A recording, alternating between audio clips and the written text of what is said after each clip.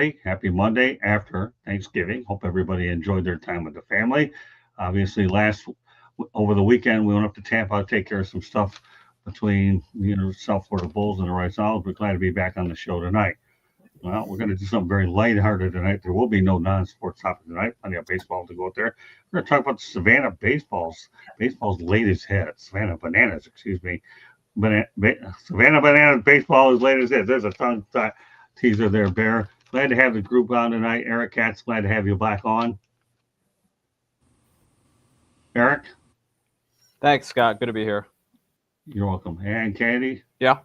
Well, always good to talk baseball with you fine gentlemen.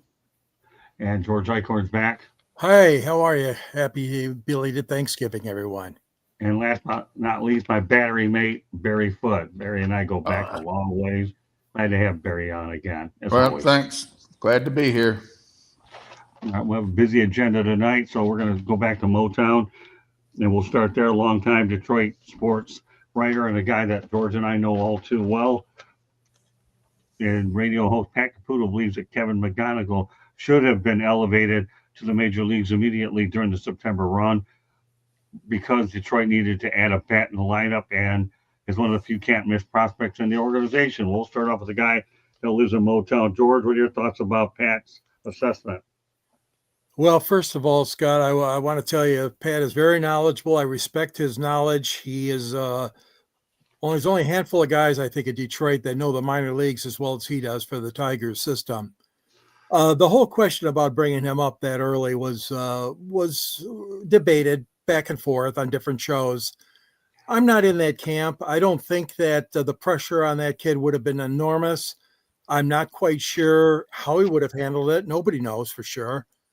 And I think that the Tigers have their plan, and then when they want to bring him up and showcase him, I think they're going to give him a chance sometime during 2026, but I'm not sure when. Right. Of course, he'll go to spring training with them. But, Scott, to answer your question, no, I don't think that's the right thing to do. I may be old school in that regard, but I don't think Kevin should have been brought up there during the September pennant push. That's just my feeling. That's fine. Eric?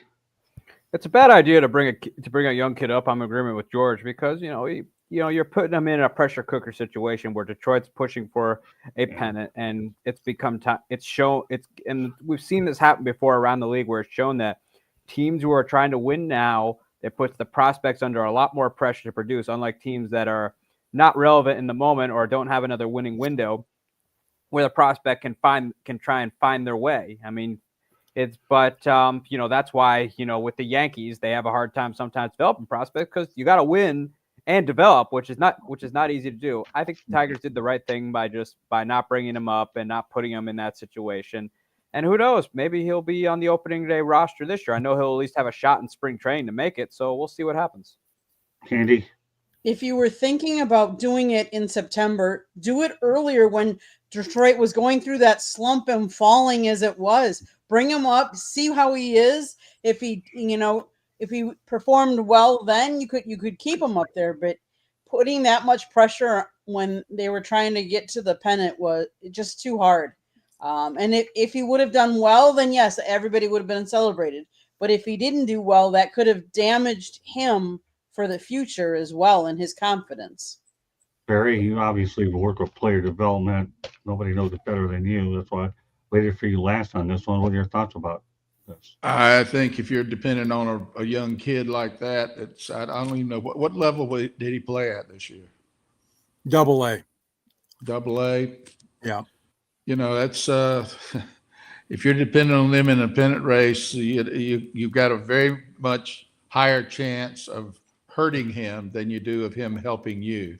So no, I don't like that. I think that I'm kind of with Candy. If you really think he's get ready to go, get him up there before the pressure's completely on him. I mean, they had enough pressure on them themselves before they brought that kid in there. That kid would have been in a real pressure cooker the way they played the last, 2 months of the season. Yeah, no question about it. Here's the thing. Don Mattingly once told me that once you get to the major leagues, obviously, when you talk about the AAA, Major League Baseball, transition, Barry. Nobody knows. It's one thing to play AAA pitching, but you get to the big league, it's a different animal now. These guys just don't always handle it that well when they make it to the big leagues. So it's such a bigger adjustment. So I'm going to go ahead and rely on Don Mattingly's expertise and yours, Barry. That I don't think it would have been the right move to put McGonigal in there. I understand Pat, but I don't think Pat really got this one right. I really don't. I disagree with him 100%. We'll stay in the Tigers organization. Back in the Florida State League, their manager of the year was Rene Rivera of the Lakeland Flying Tigers. I believe the Tigers won the Florida State League title, and they won both halves of the final. So again, Barry, you're familiar with the Florida State League. Rene Rivera is another interesting name for people to watch, especially in the Tiger system. What do you know about this guy, or if nothing else, let's talk about how important it is to win both halves in the Florida State League, that this guy could be another guy in their system to watch out for. Well, he's already got too much experience to become a big league manager. They like to take these guys with no background, no experience, and elevate them to the major league job. But yeah, if you'll recall, the year I managed in the Florida State League, we won one half, and then we played well in the playoffs, and ended up winning the league. But it's a good league. It's a good. I think all these guys should manage at A, AA, and AAA. I think you learn a lot about the game. It's different than what you do as a player. So yeah, it's a good background for him to have, and winning is always a good thing. You can develop and you can win at the same time. Well, obviously you did. So you and I were together when Fort Lauderdale Yankees won the Florida State League champion. You went on to win another one championship, I believe. What was it with the Myrtle Beach Blue Jays? Is that correct, if I remember right? Yes. Well, our best year, really, we didn't win the playoffs, but in the Eastern League, we won that league by 6 games in the regular season, but we ended up, all our players were gone by the playoff time. But yeah, it's minor leagues is a great learning experience for a manager, and a guy that's got big league background as a player. A lot of times those guys don't think they need to go manage in the minor leagues, but I think your most successful managers have managed in the minor leagues. Great points. All right, George, the thought about Rivera. Yeah, Jeremy Ballrick in the chat room. Terry and Arnold's having season-ending shoulder surgery. So another setback for the Detroit Lions. Thanks, Jeremy, for that Detroit update. Go ahead, George. Okay. Yeah, I tell you what, I'm very happy for him. I think that, and you've spoken about it, Barry, already, but that is a really sound league, the Florida State League, and with teams in Clearwater and Daytona, Detroit, Lakeland and St. Lucie and other cities. But I really think that there's no question about it. And you're 100% right. Barry, I knew you would be, because the levels that they can manage at makes them much more ready to someday hopefully get the call to the big leagues. There's a lot of managers, like you said, that are ex-players and just retired a year or two and they anoint them as managers. But I like the system where you go in the minors and you do have time to develop yourself, develop your skills as a manager, because you got a whole lot of things to worry about, man. Pitching and pitch counts and young guys that never reach this level or that level. There's so much on the plate for a manager. So I'm happy for him. And yeah, I think he's a candidate for someday being a manager, or at least getting to the coaching staff in the organization. Yeah. Eric? Well, managing in the minors teaches you a lot, not just about player development, but also managing people, because it's one thing why I somewhat have a problem with when the San Francisco Giants hired the University of Tennessee's head coach, and the reason that is there's a world of difference between kids and professional baseball players. In college, you're basically holding their money, meaning you could take that away from them if you deem that necessary. It happens all the time in college sports where someone will do something against the rules and boom, they're gone. At the major league level, you can't do that. Your power is significantly less. As a matter of fact, it's probably even lesser now, with front offices kind of having most of the control over what happens, over strategy and what happens on the field. But, I don't think managers nowadays are really learning the people aspect of it. They're kind of more honed in on the wins and the losses and the pitching changes, but you gotta know how to reason with them and know how to get them motivated enough to play. It's really interesting during the season. on what you can see if a team is really together or not. All you have to do is watch the dugout between plays and between at bats. You'll know what's really happening inside the locker room just by watching the dugout. I mean, a good example of someone who spent time in the minors is Pat Murphy, and he spent a lot of time in the minors, even right after he was the head coach at both the University of Arizona and the University of Notre Dame, and he's had a lot of success in Milwaukee, and the players love him. I can't think of a more united clubhouse than Milwaukee's, and that's partially probably because Pat Murphy did go the minor league route. Candy. So Rene is a Puerto Rican former professional baseball catcher. He played in the Major League Baseball for the Seattle Mariners, Minnesota Twins, San Diego Padres, Tampa Bay Rays, New York Mets, Chicago Cubs, Los Angeles Angels, Atlanta Braves, Cleveland Indians, and Washington Nationals. And the reason why I bring up all of those teams he played for was that he got the experience to play under so many different managers because he played so many different teams. So he has that kind of experience behind him. Now, on February 21st of 2023, he was named manager of the Frederick Keys in the MLB Draft League. In January of 24, he was hired as the bench coach for the Lakeland Flying Tigers, and then he was promoted after just a year to serve as manager of the Lakeland prior to the 2025 season. And then to win manager of the year, that speaks volumes about him and his abilities to coach, that he got promoted so quickly and then he won that award this year already in his first year in a league that is a good league. I mean, the Florida State League is a really good league. So kudos to him for that. Well, think about it. Andrew Graham's the guy I got to know over in Daytona, and he sat under Andrew Graham. I'm sure you probably heard of him, right, Barry? Andrew Graham. If you haven't, this guy here is at Double-A, and now you have Rene in Class A. So Tigers have a couple of good managers in that system, and they really, really do. And Andrew Graham, I think he was on the Australian World Baseball Classic. Nevertheless, he's a guy to watch out for as well. All right, well, Eric, you did a good job segueing here, so we'll just talk about a little college baseball. LSU is set to extend baseball coach Jay Johnson through the 2032 season. The deal will pay coach $3 million a year and make him the highest paid college baseball coach. And with that said, you talk about Tony Vitello, who was hired by the San Francisco Giants. He was at the Tennessee Volunteers coach. Well, you know what, Eric, you can start with it. Then we'll have Barry Follia. Great college developments, especially when you think of Tennessee's keeping their guy. And the reality is the Giants went down to the college to snap up theirs. Go ahead, Eric. Well, he's won the College World Series 2 times in 4 years, which that's really hard. That's really hard to do. We're talking you got to be coaching at like just an accelerated level, probably somewhere along the lines of legendary Arizona State head baseball coach Bobby Winkles.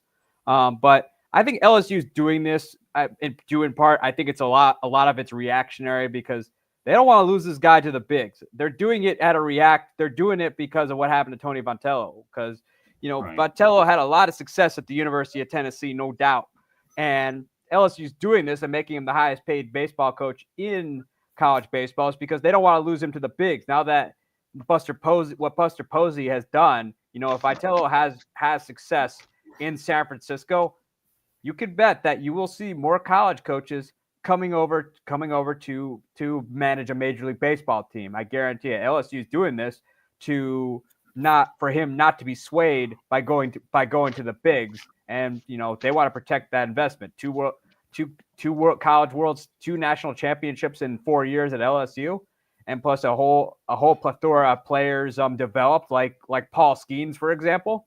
Right. You got to keep that guy in house and basically give him a blank checkbook and the front yard for him to stay. Barry. Well, obviously, he's probably making more money than the guy that went to the Giants, I would imagine. And I think it's smart of the school to keep him. The school can afford to pay it. Obviously, they like paying their coaches big numbers, just like they just gave Kiffin the big deal. So No, I think it's good. I'm going to be really, really interested to see how the coach from Tennessee does at the major league level. It's a whole different game there, dealing with people that are making a whole lot more money than you are, and seeing how you deal with it. So it'll be interesting. Yeah, can LSU afford to pay coaches? They only gave Lane Kiffin $91 million. I think they could afford another $3 million. All right, There you George. go. Well, yeah, that's a lot of money. Johnson is doing good for himself. I mean, I think he's got a contract of about 1.8 million a year.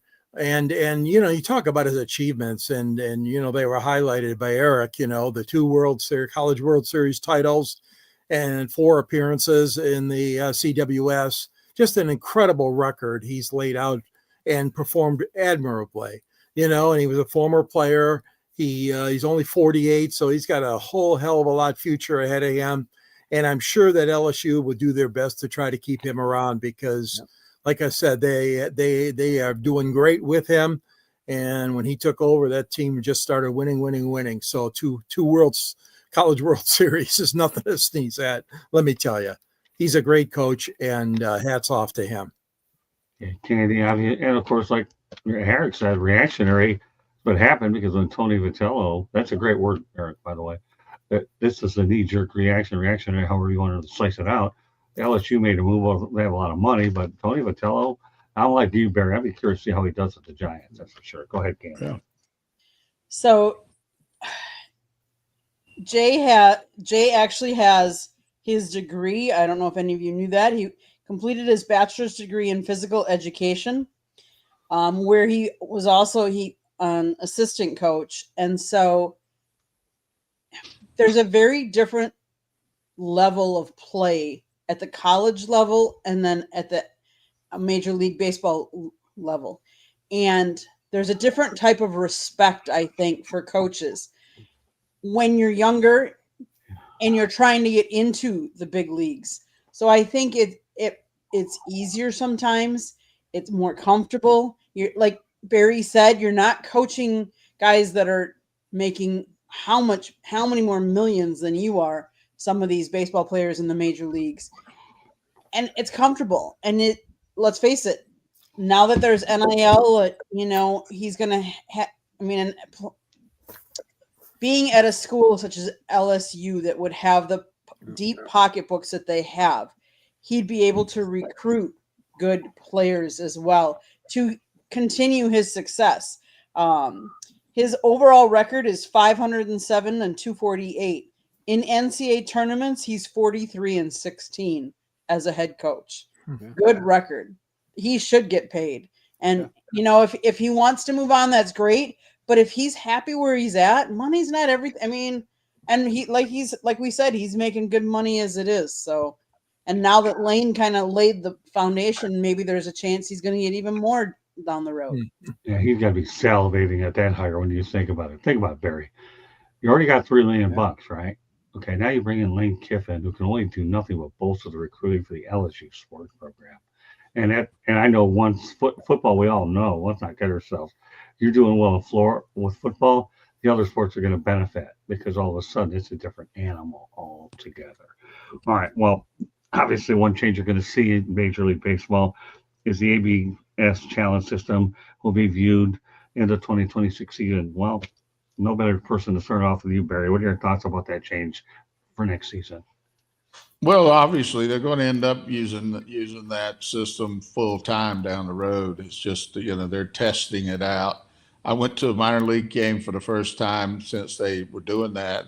And the first time they did, I said, "What's going on here?" And somebody had to explain to me that you had the ability to challenge balls and strikes. And look, it's part of the technology play in the sport. You can't. There's so much of baseball is changing that you either go along with the change or you're going to sit around being upset. And I'm fine with the change. I think it's good to. I mean, if you saw some of those games that were umpired this year, wow, there was some bad umpiring going on with balls and strikes. Yeah, we'll be talking about that too later on, but I'm glad you brought it up. Sorry to interrupt you there. All right. No, sorry about that. Yeah, we'll be talking more about some of the incidents that you're reflecting on for sure as the Yeah. offseason goes on, Barry. But yeah, you were right. I'm sorry if I cut you off. Sorry about No, that. you didn't cut me off. Okay. I'm good. All right, George, go ahead. Yeah, it's going to be very limited, though. I mean, in the big leagues this season, which I think is a wise thing to do. Take baby steps before you get into it full time. I just hope that the umpires that we have now get better, and it helps them in their own development and in calling balls and strikes down the road. I don't know if some of the older guys are going to want to adapt to it. So I think you could see a lot of retirements from some of the veteran umpires. I have no knowledge on that situation, but it wouldn't surprise me. And they've lost a lot of guys in the last 4 or 5 years, as you know, Barry. A lot of the names that we knew for such a long time have hung it up. But the game has to get better. I mean, you can't have embarrassing calls. So let's go for it. Let's give it a try and see how it develops. Okay, Eric. I think, well, it's probably one of the only things Rob Manfred has ever handled well during his time as the commissioner of baseball. But I think limiting it is good. I don't think I wouldn't want them to challenge I wouldn't want them to challenge every single strike or ball call, because then it would just absolutely kill the product.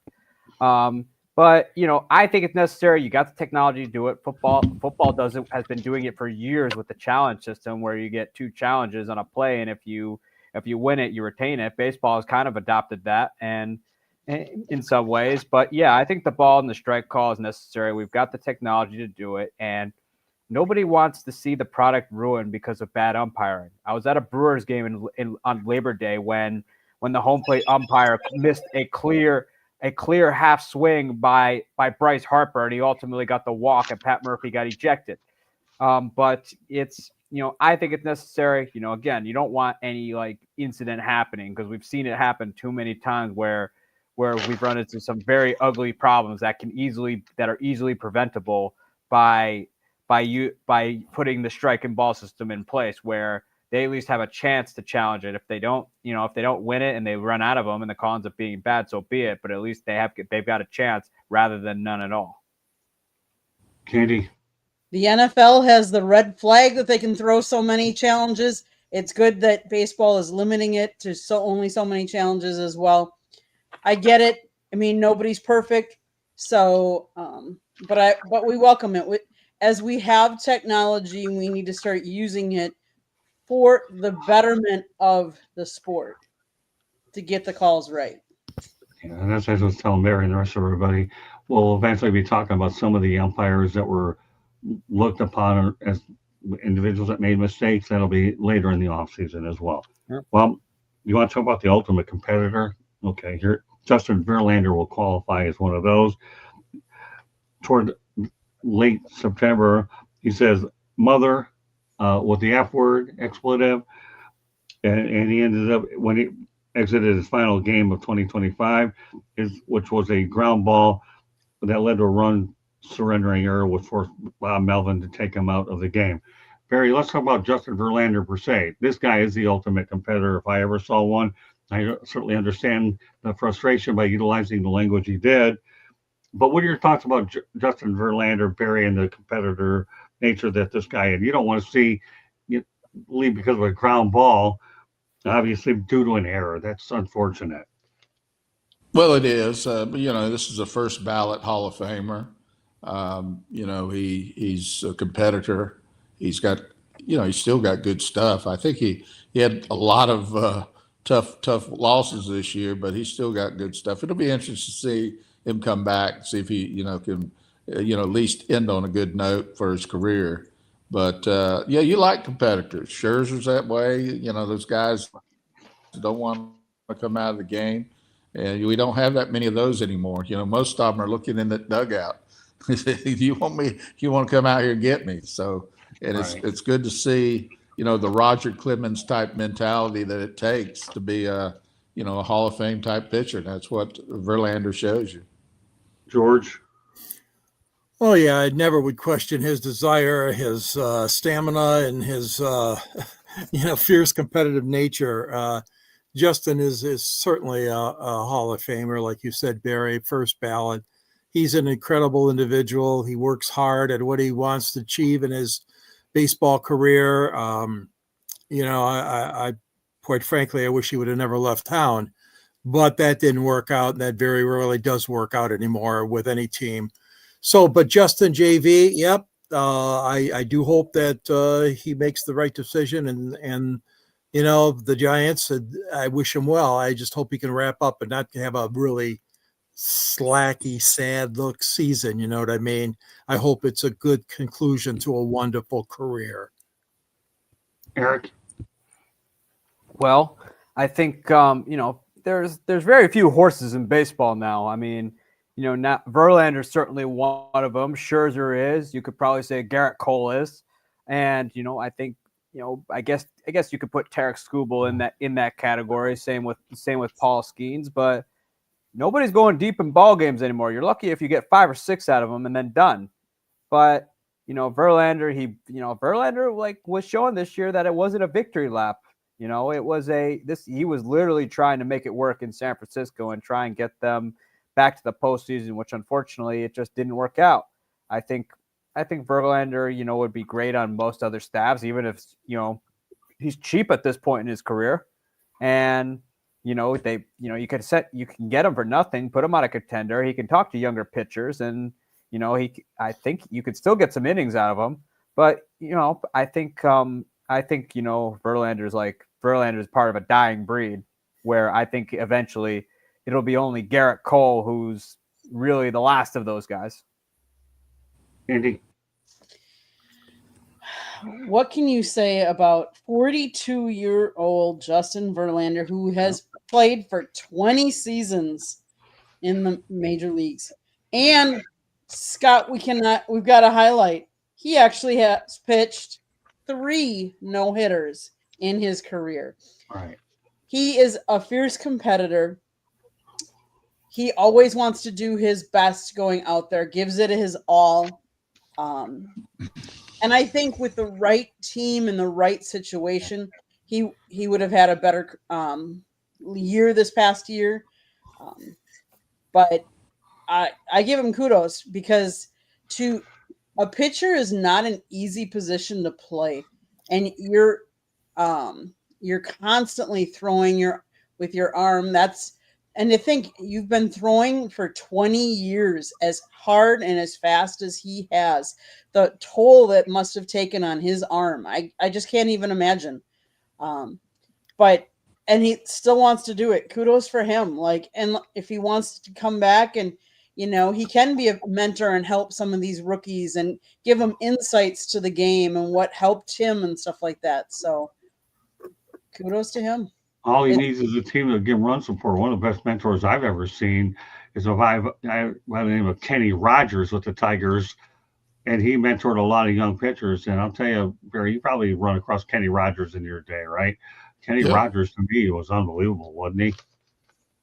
Well, I saw him when he was with the Rangers. So, yeah, he was being mentored by a pretty good mentor that year in Nolan Ryan. So he probably learned something from him. Yeah, Nolan Ryan's unbelievable.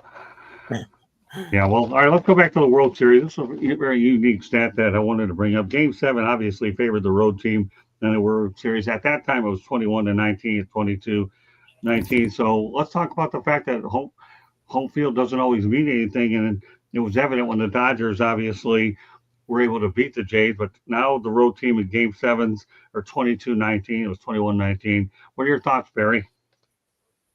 I'd still rather be at home that final game. I can tell you that.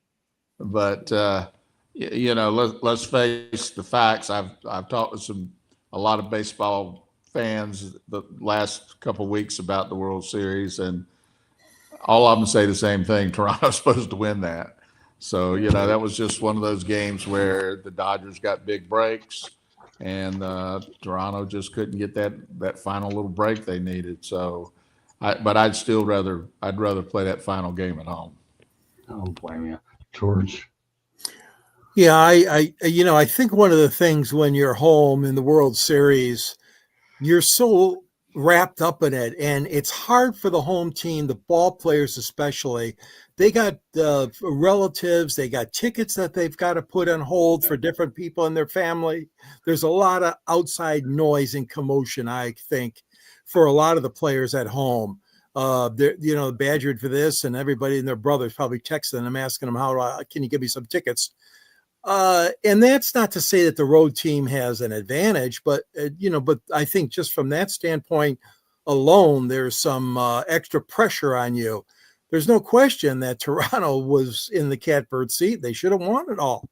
They should have. They were coming home, and they didn't get the job done. And it's really, really sad because I know that franchise has been waiting a long, long time, as we know, to taste the World Series victory again. But yeah, Scott, I think it's one of those things where you should be at an advantage being home. You play for that home field advantage, and maybe some guys just let the distraction weigh on them too much. Not sure. Eric? I mean, you'd rather be at home in that situation. Let's be honest. I mean, Toronto was right there with LA at that point. I mean, they had them right where they wanted them. They had them right in their backyard and didn't get the job done. You generally, they came within a Will Smith spike away from winning the whole thing. It was that close. I mean, talk about being just having your heart snapped in excruciating fashion. That's one thing. That's one thing that that a lot of fans have nightmares about, and Toronto certainly will until they win another one. But you want to be at home in that spot. It's not easy playing on the road. Baseball is like one of those sports where home field advantage actually matters.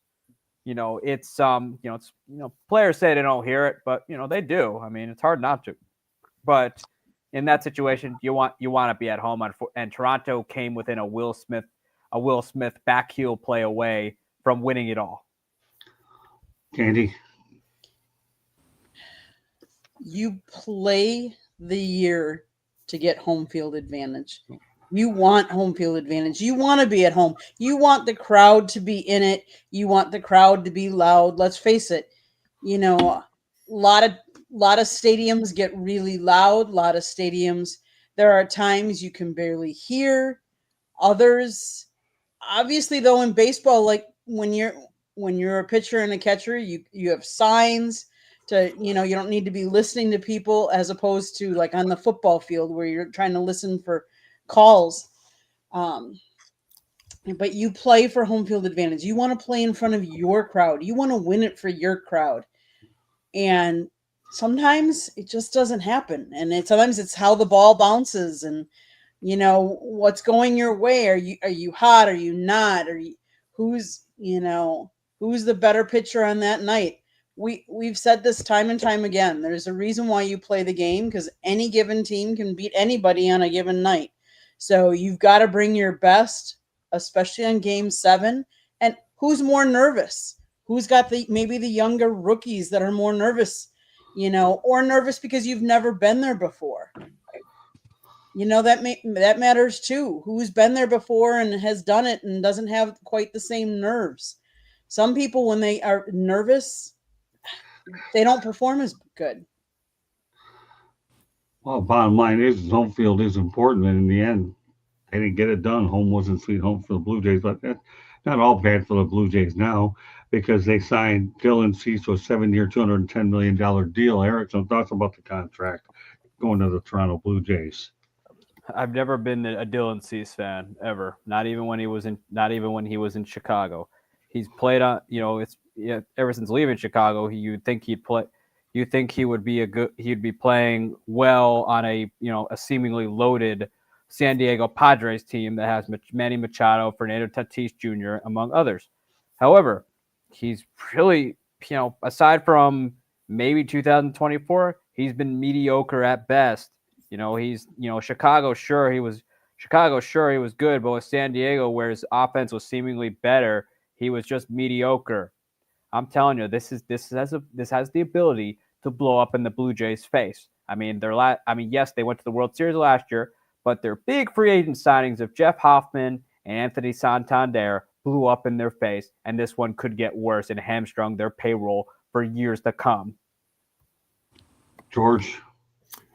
Well, that's quite a mouthful there, and I appreciate your comments, Mr. Katz, as usual. And I think you nailed it. I mean, yeah, you hand out a 7-year, $210 million contract, and we all know that pitchers, you don't know what you're getting. I mean, and it is unfortunate because we don't know, and because there are a lot of arm injuries and so forth and so on. I agree with you. I mean, I think basically you've really put a whole huge question mark on your future spending and your roster formation if you're the Blue Jays. They're hoping they struck gold with him, but it remains to be seen. The thing is that his record has not been stellar, and I think he's got a good attitude, and obviously he's bounced around a little bit. But the Padres didn't get the most out of him, and they should have. So, I think this is a question mark, and I think that we'll have to wait and see. But that is a huge, huge outlay. I agree. Barry? Ownership pays pitchers for strikeouts and hitters for home runs. And so he struck, gold. I think he's in the top 3 or 4 pitchers in strikeouts over the last 5 seasons. And, he's like a lot of the guys that have good stuff, but, you got to win. You got to win. And he hasn't shown that I guess he's had a couple seasons above 500. But what was he this year? 8-12 or 8-14? Yeah, that's a heck of a contract you can get off of that type of season. But I like his stuff. I think he's got a shot, and he might turn it around. But I think the downside is much higher than the upside with him. Do you really? Okay. Candy?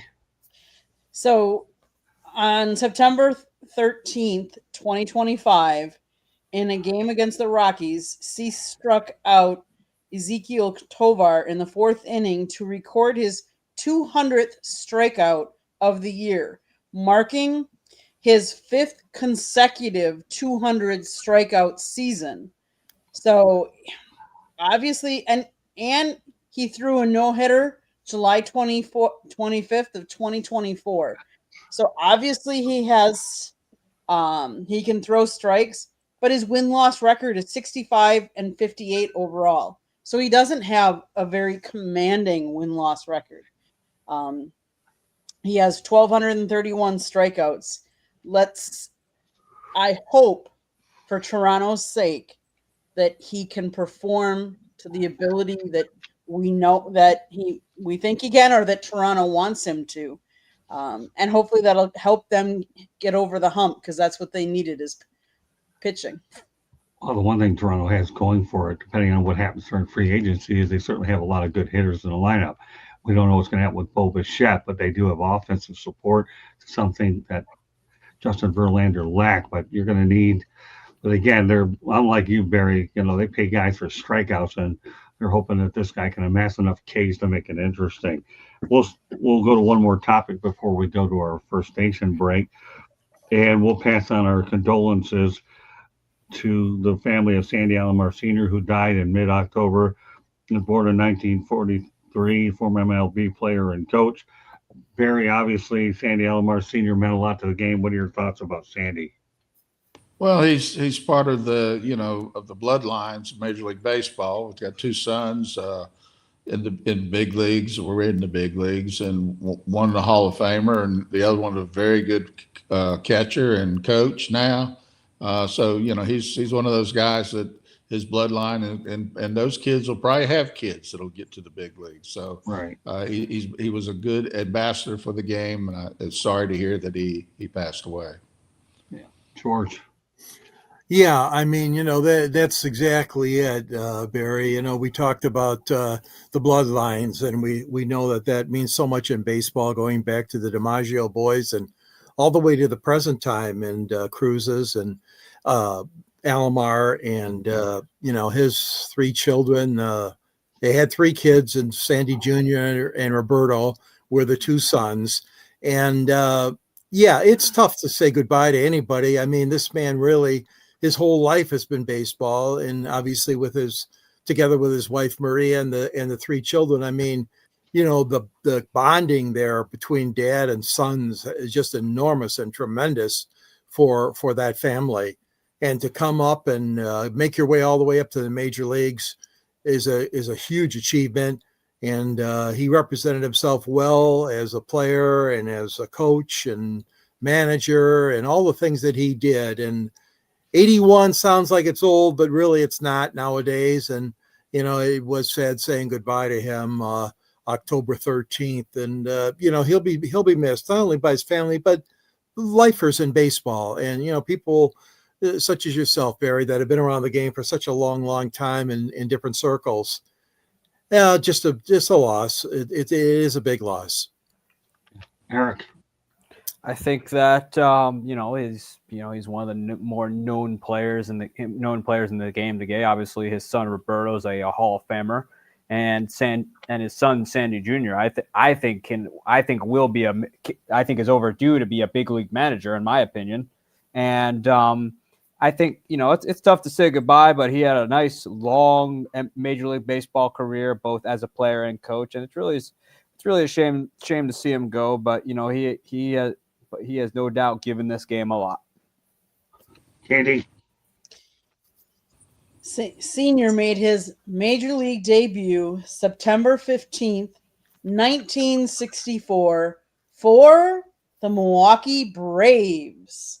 He last played September 30th, 1978 for the Texas Rangers. He also coached. After retiring, he became a manager both in his homeland and in the minor leagues. So he coached, and he even coached both of his sons for a while. He coached in the majors for the Chicago Cubs, the Colorado Rockies, and the San Diego Padres.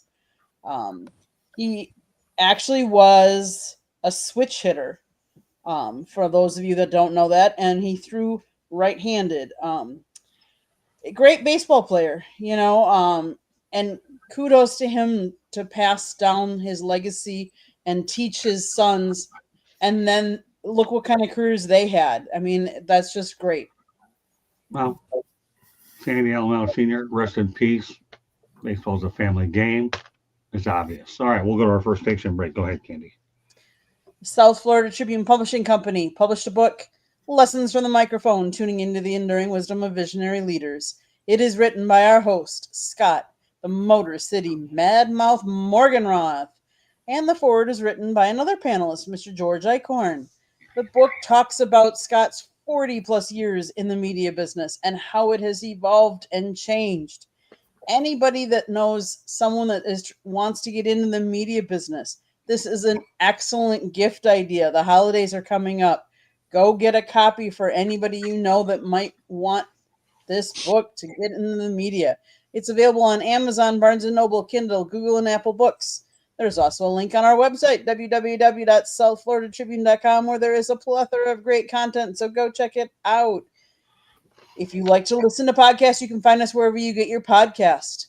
If you want to advertise, or if you want to sponsor a show, or if you want to be a guest on a show or have topic ideas, you can always email us at southfloridatribune@gmail.com. But most importantly, if you see that red subscribe button,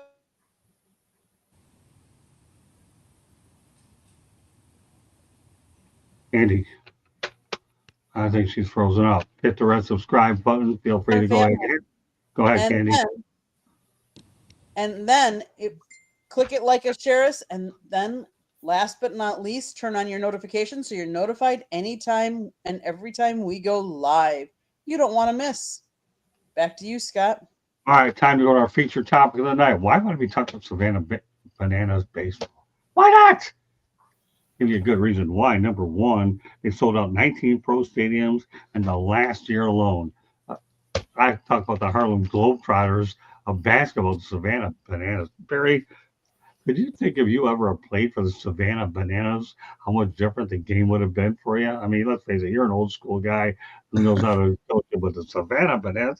It's a good, interesting topic to talk about during December. After all, welcome back Home Alone and that series and all these crazy ones. So why not throw Savannah Bananas? What do you think, Barry, about the Savannah Bananas? I think the guy that runs the operation had a great marketing deal. I initially did not like it because it's sort of a mockery of the game, but it's a great entertainment. Fans love it. Fans are involved. There's a time limit on it. There's a lot of things that they've done. It'll be, it's one thing to be able to have 19 or 20 openings and sell out because of the novelty.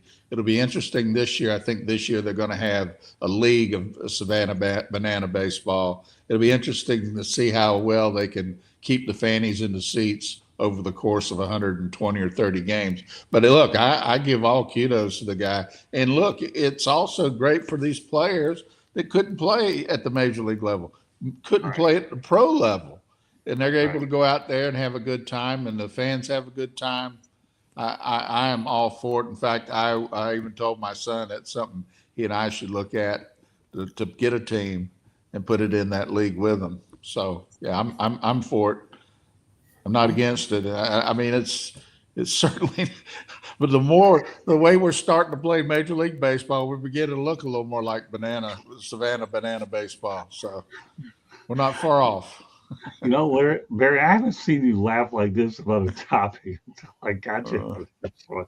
And your laugh is contagious, yeah. But the reality is, if you sold out 19 pro stadiums, can you imagine how many more they're going to sell out? That just blows me away. That's why I threw it in there tonight. The owner of that operation is getting rich. That's no question. Yeah. They're putting 80,000 people in some of these football stadiums, so people definitely like it, and everybody I talk to about it, they love it. So it'll be interesting to see how the whole concept goes long term. Yeah, great stuff, Barry. All right, George. Yeah, I'm all for it. I think it's great. I can't wait to see it. They're finally getting a date in Detroit. The Tigers announced that I think late in this previous season that they were going to come here. I'm not sure yet if the date's been settled, but I'm sure it'll sell out. I mean, I'm looking forward to seeing it too. I follow the Harlem Globetrotters. I mean, as kids when we were growing up, we'd see them on Wide World of Sports on ABC. And we'd also see them around the world. They took their act, and Meadowlark Lemon and all the guys. And that was a great shtick. And I really enjoyed that. I saw them in person too several times. But the Savannah Bananas, yeah, I mean, I like the way what you said, Barry, like they're making a mockery of the normal game that we're used to, obviously, that we grew up on. But I think it's all fun, and it attracts a different audience as well. I think it's fun. I love it. I can't wait to see him. Yeah, I once saw the Harlem Globetrotters on my birthday at the old Olympia Stadium. My dad took myself and a family. It was unbelievable to watch. And I look forward to do it. The guy who's doing the entertainment, Savannah Bananas, used to do it for the Daytona Tortugas, and he got that gig. So more power to him. Wow. Eric? I think, it's great for people who like it. It's different. It's, the crowd, they get the crowd involved, and they, certainly a different way of playing baseball, and it's great. I just think it's great entertainment all around. Jesse Cole has clearly worked hard to make it what it is. I mean, let's be honest. The guy built it up all by himself. So, as far as him getting rich, though, he deserves every dollar for the fact that he seemingly sells out everything that every stadium he plays in, to the point where people have to become waitlisted because they can't get a ticket because there's just so much interest in surrounding it. Andy? So they actually started in a regular league. And then they decided to break out once it became real popular. In 2016, the Bananas ended their inaugural season as the first seed in the CPL West Division, earning home field advantage for the first two games of the playoffs. In game one, they won, and then two, they won as well. So they have a championship. In 2018, the team created the alternative banana ball rule set and played its first intra-squad exhibition game using the format. They've changed now. Obviously, they've added people. In 2023, Jocelyn Allo became the first woman to play for the Bananas, getting an at-bat in one game. And then in 2024, the team announced that Aloe had become the first female member of the Bananas and signed a 1-month contract. As of 2023, now I realize that was 2 years ago, the team has over 6 million followers on TikTok, more than any MLB team. And in 2025, they had more than 10.5 million followers on TikTok, more than MLB's official account. Obviously, they've done a world tour. They've played all over. In 2025, they played games in 40 different cities, including 3 NFL stadiums and 17 MLB stadiums. Their first NFL game was at Raymond James Stadium here in Tampa, Florida, where they played in front of a sold-out 65,000. On April 26th, the Bananas and the Party Animals played a game in front of 81,000 people at Clemson University's Memorial Stadium. In August, they signed Kelsey Whitmore, one of the highest-profile professional women baseball players. Great stuff, Katie. Scott, let me just add this one thing that makes it could get very interesting. You know, they had a draft this year, and the first player picked in the draft was Jackie Bradley Jr. So you got a big league guy who's still, you know, got capabilities, who's going to that league. Now, if they're able to pay people, the marginal guys, they may be able to get some marginal guys to go play in that league. It could get interesting. Interesting. All right, Barry, we appreciate the information. I'm telling you, this journalism thing isn't so bad for you, is it, Barry? I like when you go ahead and throw those little nuggets. It's doing good. We got ourselves a rising star in the journalism. Of course, your managerial stuff was great. What you've done outside of baseball is even better. But now we got him. Welcome to the journalism field, Barry. Great stuff, Jackie Bradley Jr. I'll leave the journalism to you, journalist. All right, thanks, Barry. Well, and I'll leave all the expertise to you because I know you got plenty of it anyways. Well, we're going to go from the Bananas to Trey Turner, who was the first Philly in 67 years to win the National League batting title since Richie Ashburn in 1958. His 304 average is also the lowest batting average to win the title in NL history. Trey Turner, Barry, 304. That was enough to get it done. Well, he's one of your natives from Florida. He played at North Carolina State, so I got to see him early on in his career here in North Carolina. I mean, obviously, he's a very accomplished player. I think the embarrassing thing for Major League Baseball is I think he was the only guy hit 300 in the league this year. Might have been one other guy hit 300 on the nose. I can't remember, but they're going to have to, they're going to have to address that somehow. I know pitching is different because you got to see 3 or 4, 5, 6, 7, 8 pitchers in a game nowadays. But that's 304 is not a real good average to be winning the batting title with. George. Yeah, he's got a great future ahead of him, no question about it. You know, he's only 32, and he's done a really good job, obviously, in his professional career. 3-time All-Star and 2-time NL batting champion as well. And I've always liked him. I think he's a good player. He's definitely somebody that you want on your side. And the Phillies, they had their chances again this year. They just have not been able to cross over that goal line, as the saying goes in another sport. But certainly Trey Turner has been a great help and a great athlete, not to mention, his, previous stops in Washington and with the LA Dodgers. But I think that basically he's one of the drawing cards. If you want to go see a team, you want to go see a winner, boy, you watch him and he'll show you. Eric? I mean, he's a terrific player. There's a reason the Phillies gave him that long contract, and he's proven to be, he really balances out the lineup well. He can steal, and he can, he's a very good contact hitter. I mean, if he hits one to the corner, it's going to be three bases for sure. But he's a good player. I mean, obviously batting average though in baseball has become discarded, if you will. And I wish it would be, what it was back when I was growing up, is like when you'd have multiple leaders batting in the 300s and trying to win the title. Now it's pretty much become an afterthought because no one really hits for average anymore. Right. Interesting points, Eric. Great stuff. Candy. In 2021, he hit for the cycle a third time, tying MLB's record for career cycles. And he also had 100 career home runs that year. A couple of the things that he's done as in the Phillies is in August 18th of 2025, he recorded his 1500th career hit when he hit a 3-run home run in the third inning.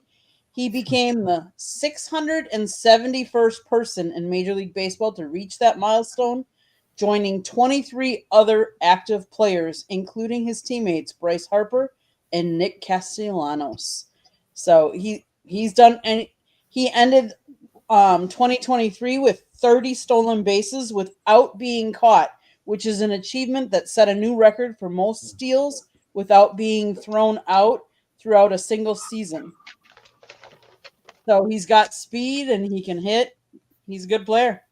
Yeah, he sure is. Well, more power to him. 304 got a batting title. You can't take batting titles away no matter what happened. 304. So no, more power to him. Nick Castellanos, we talk about him a little bit. He got a contract that's simply not tradable. Otherwise, I think he'd be gone by now. But we'll have more information after the baseball winter meetings. So it's interesting how everyone brought him up. So, all right, Barry. Yeah, let's talk about the Rockies. They're rehiring interim manager Warren Schaefer. The Rockies went 36 up, 86 down under his managing since May 11th. The franchise worst record of 43-119. They were the last team without a manager. It's really a tough job when you think about if you're a manager to covet it. And former Tigers manager Jim Leland was a one and done up in Colorado. So Warren Schaefer, was he the only one that wanted to take the job, or what? I mean, this is a job that probably nobody wanted. When I was managing the minor leagues, we had a guy I had known from the Chicago Cubs who managed in the minor leagues probably 20 or 25 years, named Walt Dixon. And Walt told me something who I was feeling pretty good about my abilities as a manager. And he told me one time, he said, look, let me explain how managing works. When you got the horses, you win. And when you got the mules, you lose. They got a lot of mules, and they ain't going to win for a long time unless they get some more horses. Great line. That's good. I hope we get a short out of that one, Candy, because we got to make sure, if not create one. That was a good one, Barry. I can't keep a straight face out of that one. I think, Barry, you've had me a couple times not keep a straight face on this show. That's good. It's great. Don't worry. I'll make sure I set you up pretty well the next couple of weeks and then into 26 with some of this stuff as you continue to get more raps. Great stuff, Barry. All right, George. How do you top Barry's last one about the mules and the horses? Oh, I can't really top that one, man. Oh, the Rockies, they're suffering. They've been suffering for so many seasons now. And, they promoted Schaefer and, I tell you what, the guy, it takes a lot of gumption. Boy, it's a tough situation there. Even 122 games he had this year, he only won 36 as their skipper, coming in, of course, after they fired the last guy there back in May. I give him credit. He's very young at it. Not a whole lot of experience, but he's been in the Rockies organization as a coach, and he's been a manager, of course, in the minor leagues, which helps. And I don't know. I think it'll be interesting to see, but they do need the horses. They've got a severe lack of talent on that roster, and the Rockies really they haven't been a name or a team to reckon with for many, many, many years. Eric. I mean, we're seeing more and more nowadays where managers and executives aren't just looking at the job as 1 of 30. They're actually looking at situations. That's why you're seeing some of these top job searches for like president of baseball operations, general managers and the like extend out longer because guys are prioritizing job security over being the head honcho in charge. It's why we saw before the Red Sox eventually hired Craig Breslow, they were having trouble finding somebody because they can't. that general manager can't hire his own guy. They have people in that front office that probably predate Theo Epstein. And, because you can't hire your own people.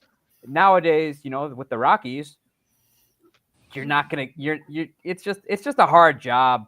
It's an organization that's stuck both figuratively and literally in the dinosaur age of baseball. They don't have analytics, which would be extremely helpful when it comes to pitchers and, who can potentially pitch at that level of altitude. And, no free agent wants to go there, especially pitchers. So they have to develop their own, which also has some growing pains there. And, they just, the outside of Coors Field, though, their hitters historically have not been good away from that ballpark. Right. So it's an organization that's a complete mess. Warren Schaefer was already there. So essentially they didn't even interview him. They essentially said, here, you can take over the club, I guess, and go at it. But, this is an organization that needs modernization, and it's going to take a while. Candy? Last year they did not have a good season. Yeah. I mean, the record, his managerial record is 36-86. So the only place to go is up. I mean, so hopefully he can do it. He's going to need, obviously, better complement of players in order to do that. He's been around that organization. I mean, he was drafted in the 38th round of the 2007 draft by the Rockies. So he played in minor league baseball for the Rockies organization for 6 seasons. And after he retired, he remained in the Rockies organization as a coach. So it's what he knows. So hopefully he can turn the ship around and have some success. Yeah, hopefully. The only one that obviously thankless job, good luck. That's all I can tell you. Good luck. Because when you got mules and you don't have anything horses, you don't have anything in between, Warren, good luck. That's all I can tell you. The Red Sox are reportedly acquiring Sonny Gray in a trade with the St. Louis Cardinals. Eric, what are your thoughts about this? They need a number 2 pitcher right behind Garrett Crochet. And at this point in his career, Sonny Gray's a number 3 on a great day. He really only, with the St. Louis Cardinals, he really was only mediocre at best. And the Cardinals are essentially paying the Red Sox to take him, which generally those deals almost never work out, or at the very most they're a mixed bag. But Sonny Gray, he's at this point he's in his mid, I think he's 36. So he's starting to approach retirement. He hasn't pitched well in the American League East during his career, where he's again been mediocre, and that's the division he's going to be in to compete.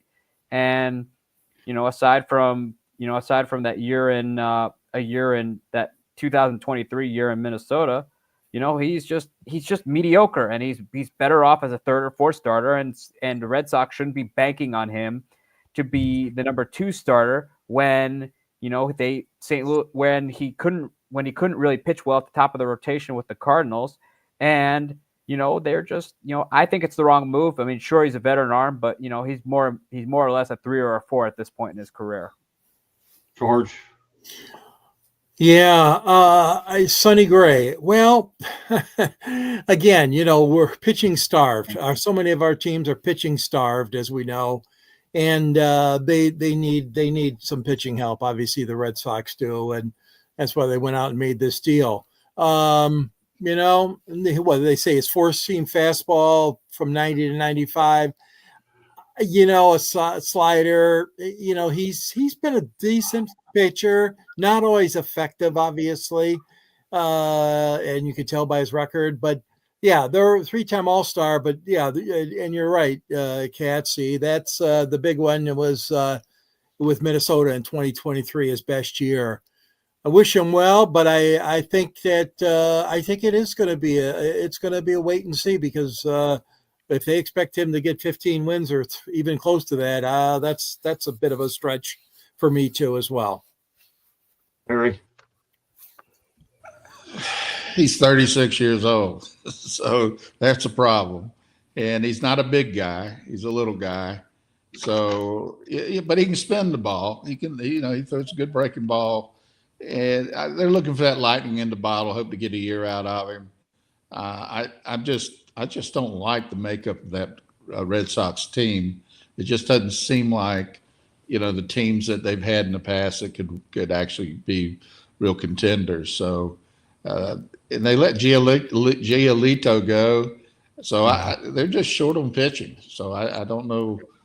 They got one good guy at the top of the roster there, and then the rest of them are back to the mule days. It should Andy? be. Go ahead.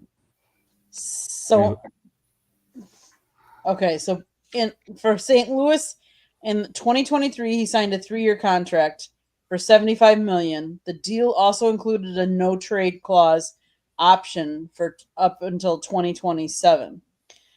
On June 27th of 2025, Gray pitched a Maddox, throwing only 89 pitches in a complete game shutout versus the Cleveland Guardians with 11 strikeouts, no walks, and only 1 hit allowed.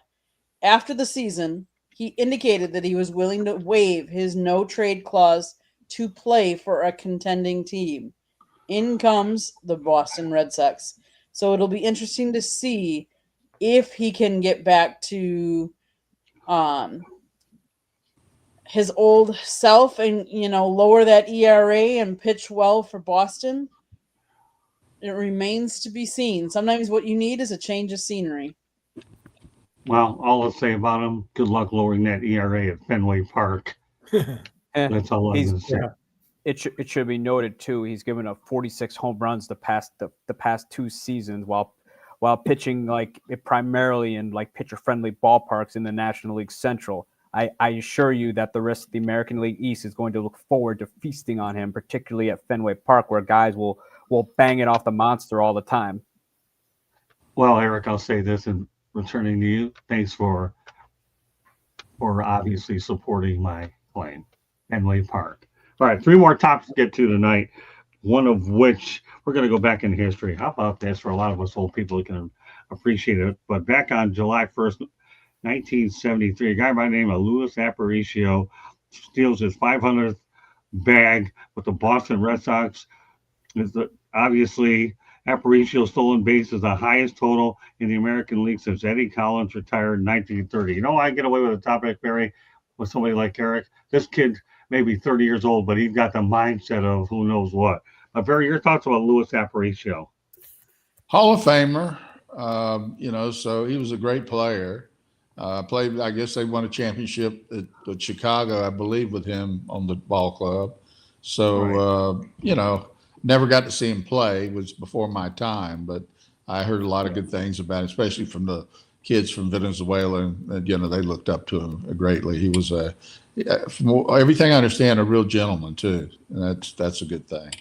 So I've heard. Yeah, I'd like to bring a couple of these history things up, Barry, because a lot of baseball we all know is all predicated on history. Lewis came up for us. George? Yeah, Louis Aparicio. I saw him a couple times. I was very young at the time when he played for the Orioles and the White Sox and the Red Sox. I really think that this man was just a great, great asset for the game. 13-time All-Star. That you're in rarefied air when you start talking about being an All-Star for 13 times. And the way he would go about stealing those bases, they gave pitchers fits. Oh my God, fits and more fits. And the Tigers certainly at that time could not stop his running and his stealing of bases. A Baseball Hall of Fame back in 1984. Well, very, very deserving man. I'm glad that you brought him up, Scott, because he is one of the great players from the yesteryear when we had a smaller league and we had a lot of outstanding runners and base stealers back in those days too. Eric?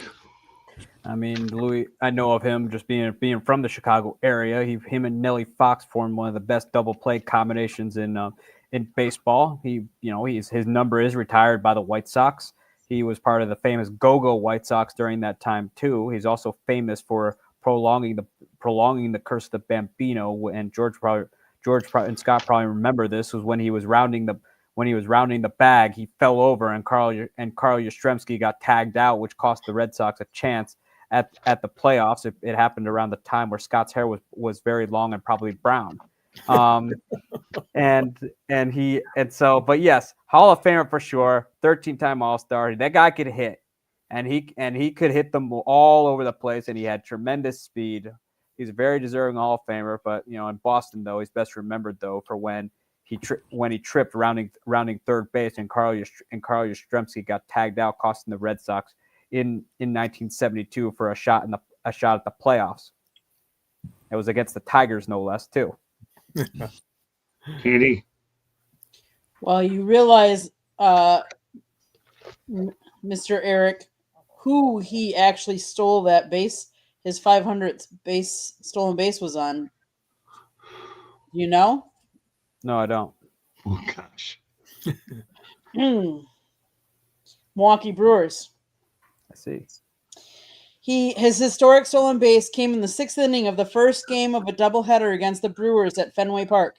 His 2-out single plated Orlando Cepeda for the Red Sox. Then Aparicio stole second base off pitcher Jim Colbon and catcher Ellie Rodriguez. He was 2 for 4 at the plate in that opener, and he played the entire second game as well.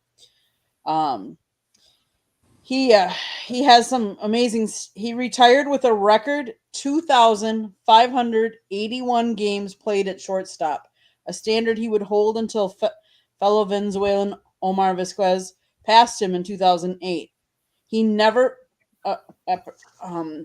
played a position other than shortstop in the big leagues, and he also retired with records for most double plays by a shortstop and most assists by a shortstop.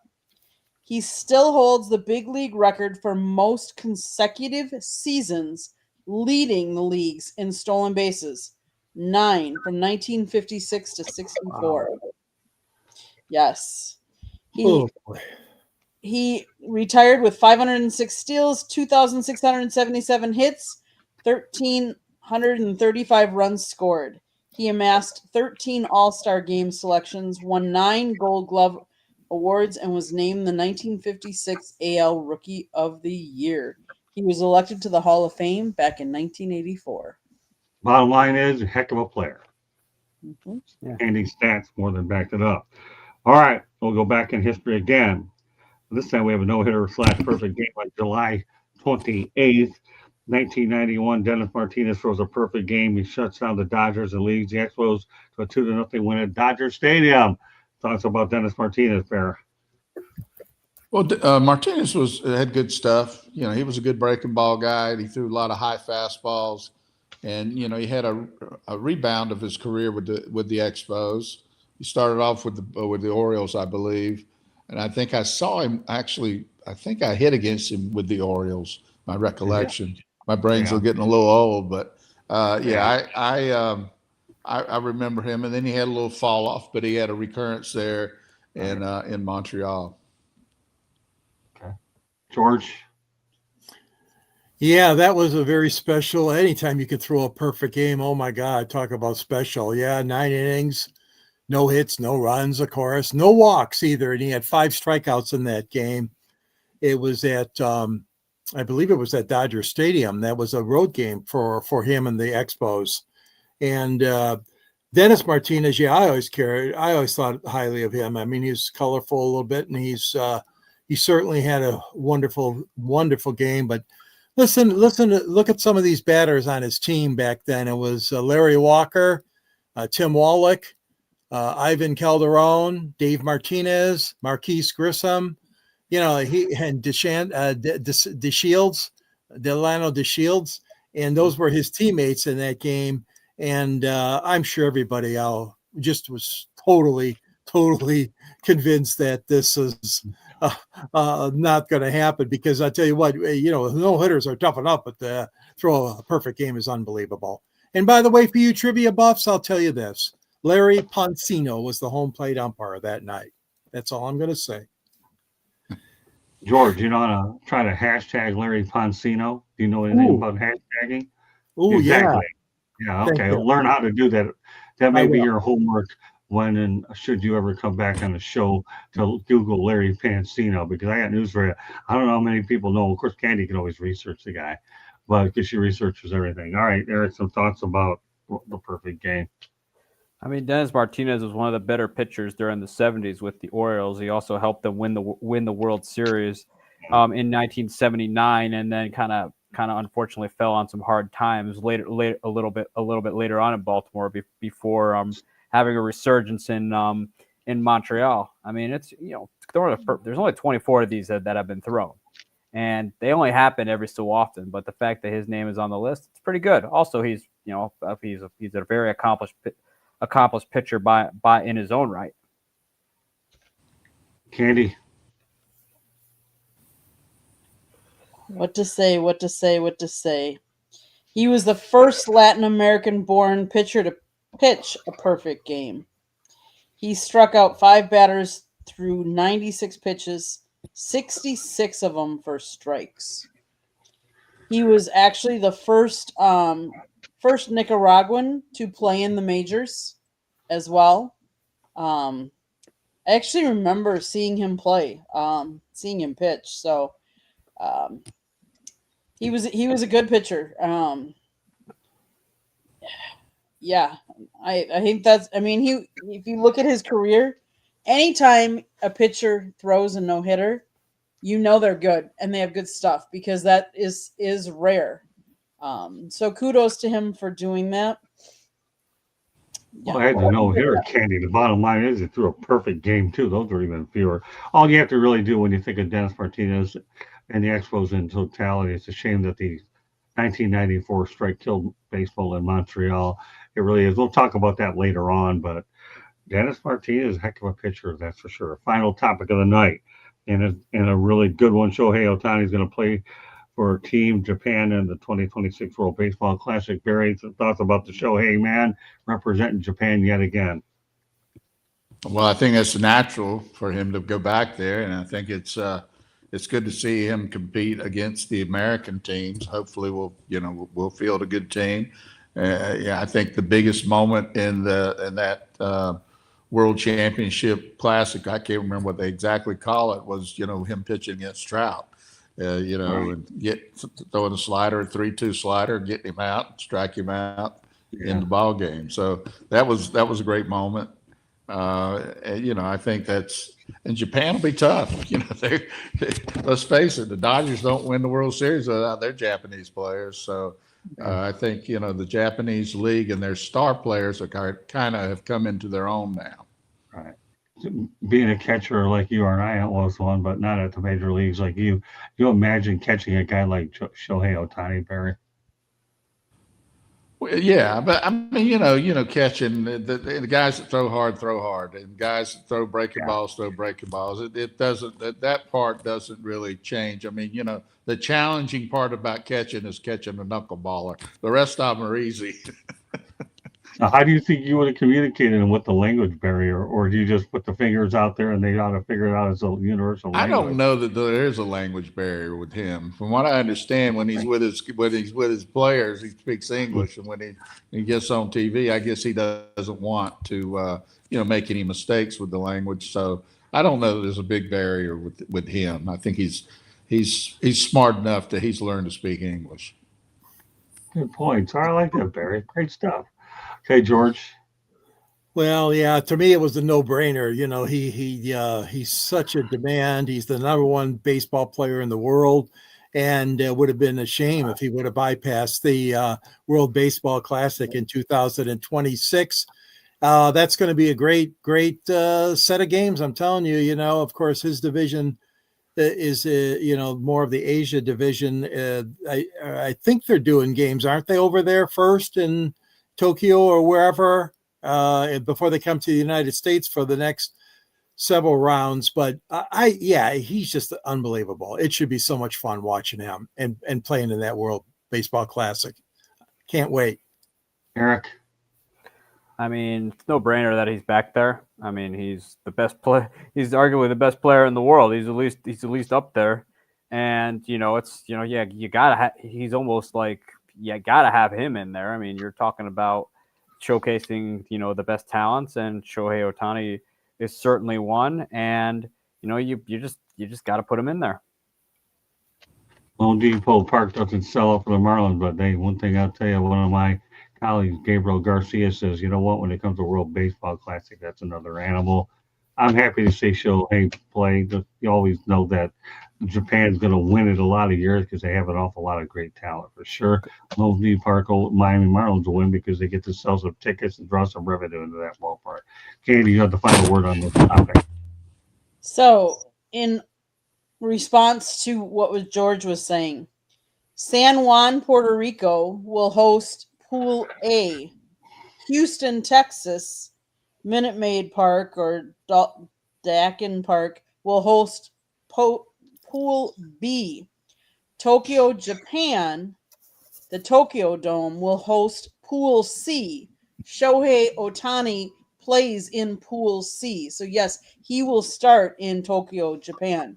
Now, if they advance, Lone Depot Park here in Miami, Florida will host Pool D and the semifinals and the championship game.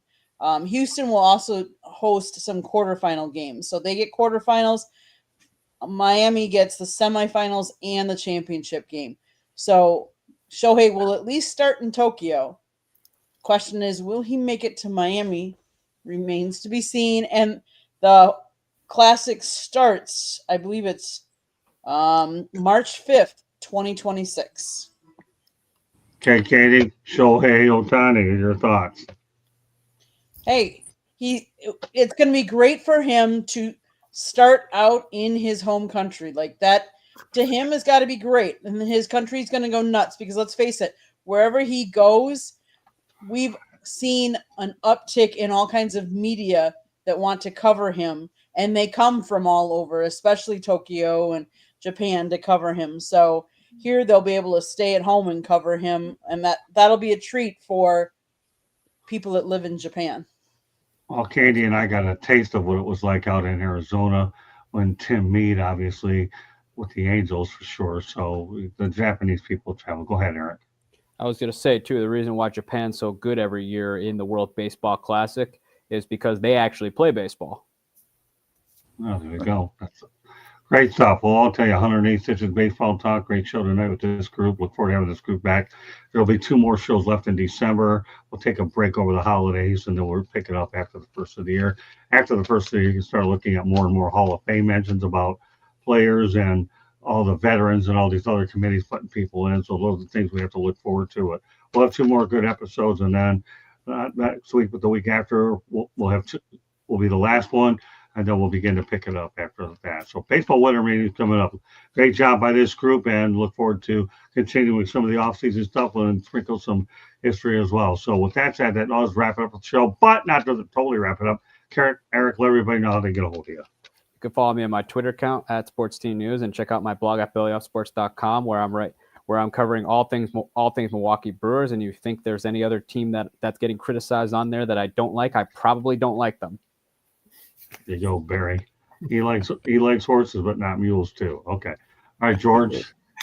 Yeah, you can find me in the pages of the South Florida Tribune under the contributors section, and been covering sports for over 45 years here in Metro Detroit for the Detroit Monitor newspaper. You can reach me at gicorn@yahoo.com and on X Twitter at SanGSports99. All right, we'll go to my partner, Barry Foote, my battery mate. Barry, go ahead. You can find me here on Monday nights at 8 o'clock. I'll be here. There you go. A battery mate, only known the guy since, 84? Is that all it's been, Barry? It was a long time. It's been a while. You know, Yeah. even in the South, that looks like 40 some years. So Yeah, it does. Long I time. tell you, Barry's one of my favorite people, everybody. We get to hang out every I Monday night. appreciate Oh, yeah, I appreciate you too more than you'll ever know. All right, Katie, one last station break.